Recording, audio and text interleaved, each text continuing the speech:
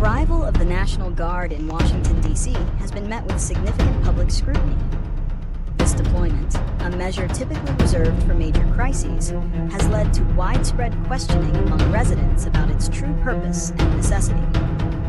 While authorities have framed the move as a proactive step to maintain order and security, many D.C. residents view it as an unnecessary and potentially provocative show of force. The presence of armed military personnel on city streets has generated unease and a feeling of being under siege rather than protected. This situation highlights a recurring tension between the federal government and the unique status of D.C.'s local population.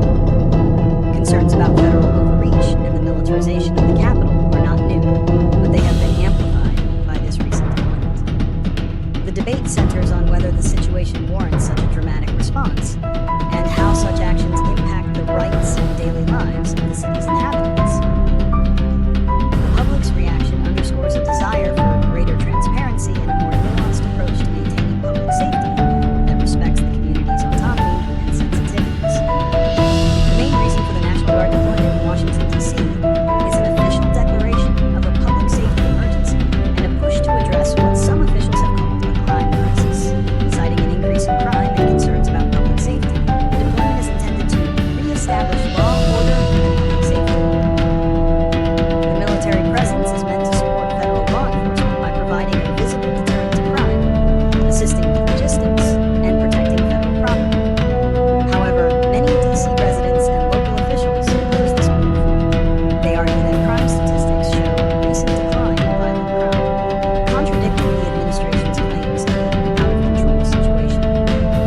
Critics also voice concerns about federal overreach and the militarization of the city, which they believe creates a more fearful and intense environment rather than safer. The debate highlights the unique political status of D.C., where federal authority can override local governments. The consequences of the National Guard's presence in D.C. are both practical and political. On a practical level, residents face the prospect of being visible and, to many, intimidating police staff. The deployment raises concerns about the potential for civil rights violations, as military personnel are trained for combat, not civilian law enforcement. Critics worry this could lead to more aggressive tactics and a chilling effect on public gatherings and protests. Politically, the move has ignited a fierce debate about federalism and the autonomy of the District of Columbia. D.C. lacks full statehood, and its local government has limited control over its own National Guard. This deployment is seen by many as a clear example of federal overreach and an assault on the city's ability to govern itself. It also serves as a stark reminder of D.C.'s unique and vulnerable political status, fueling renewed calls for statehood. The action has been widely criticized by city leaders as a politically motivated measure that undermines trust between the community and law enforcement. Local officials and community advocates have proposed a range of solutions to address the situation without a prolonged military presence.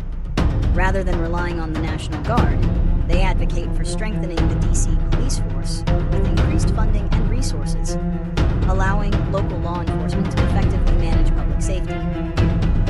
This includes filling police vacancies, providing better training, and ensuring police have the tools they need to combat crime. Furthermore, a significant part of the proposed solution involves a community-centric approach. This means investing in social programs and community-based organizations that address the root causes of crime, such as poverty, lack of opportunity, and truancy among youth. By focusing on prevention and providing support for residents, the city can build a more resilient and safer community from the ground up, fostering trust between residents and